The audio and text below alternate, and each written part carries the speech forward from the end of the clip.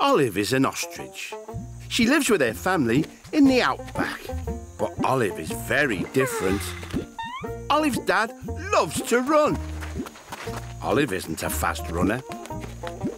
Olive's mum enjoys laying huge eggs. Olive doesn't like the look of that at all. Olive's little brother pecks at the ground to find tasty roots to eat. Pecking at the ground makes Olive sneeze. But Olive has an incredible imagination. So while the rest of her family are running, pecking and laying eggs, Olive can be found imagining herself going on amazing adventures when she buries her head down, down into the sand.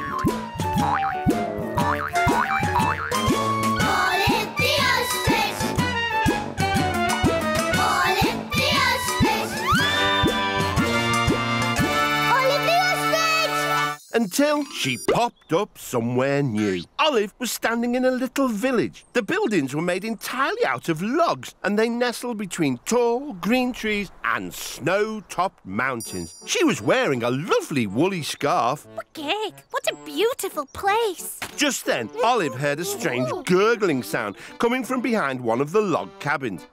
So she went to investigate. She found a little girl sobbing into her hanky in a most peculiar way. Olive had never heard anything like it. My name's Olive. Are you okay? Oh, I didn't see you there. My name's Heidi Hi.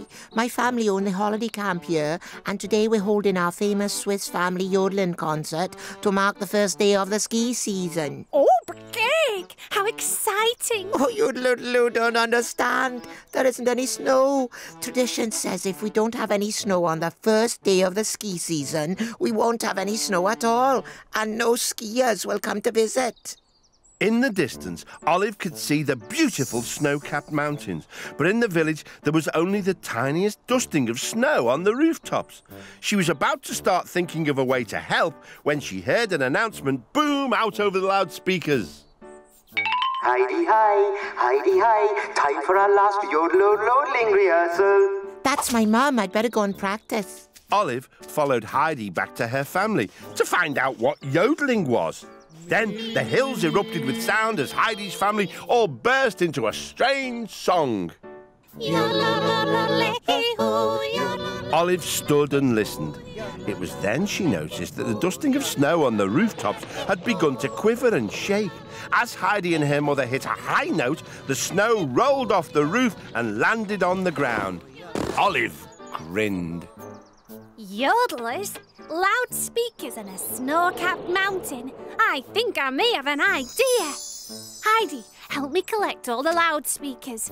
We're going to create a super speaker. Olive placed them in a long line, pointing towards the snowiest peak. Now all you need to do is yodel into here, and I'm sure your voices will shake the snow down from the mountains in no time.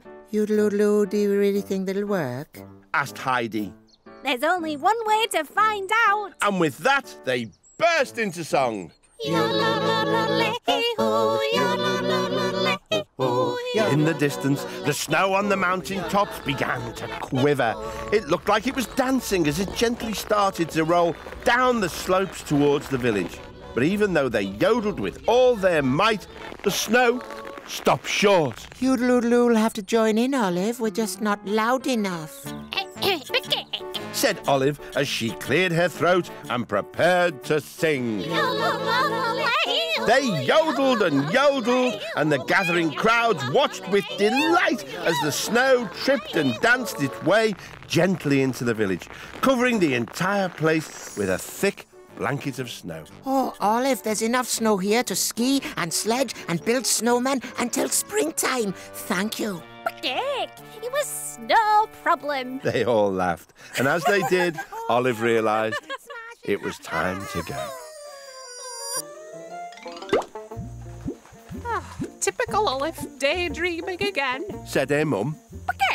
Actually, I've been yodeling in the Swiss Alps. Your head's been in the sand too long, dear, said Olive's dad. Her little brother laughed.